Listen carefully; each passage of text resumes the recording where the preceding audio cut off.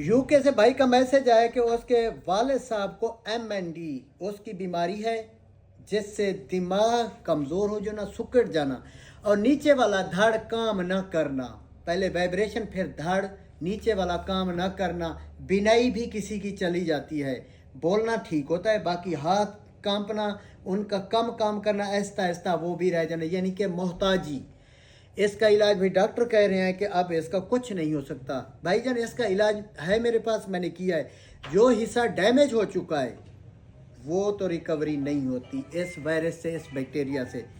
जो कि नया मामला है वो उसको बढ़ने से रोकेगा, वहीं पे ख़त्म कर देगा।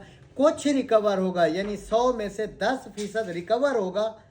जिस आज की हालत दवाई खाने के बाद रिकवर होगा, लेकिन ये बीमारी फैलने से रुक जाएगी। ये दिमाग को डैमेज करता है, इसकी सिग्नल वाली जो वेन्स हैं उसको ये जाके डैमेज करता है। नीचे वो सप्लाई सिग्नल या सेंस हमारी बॉडी उसको नहीं कर पाती।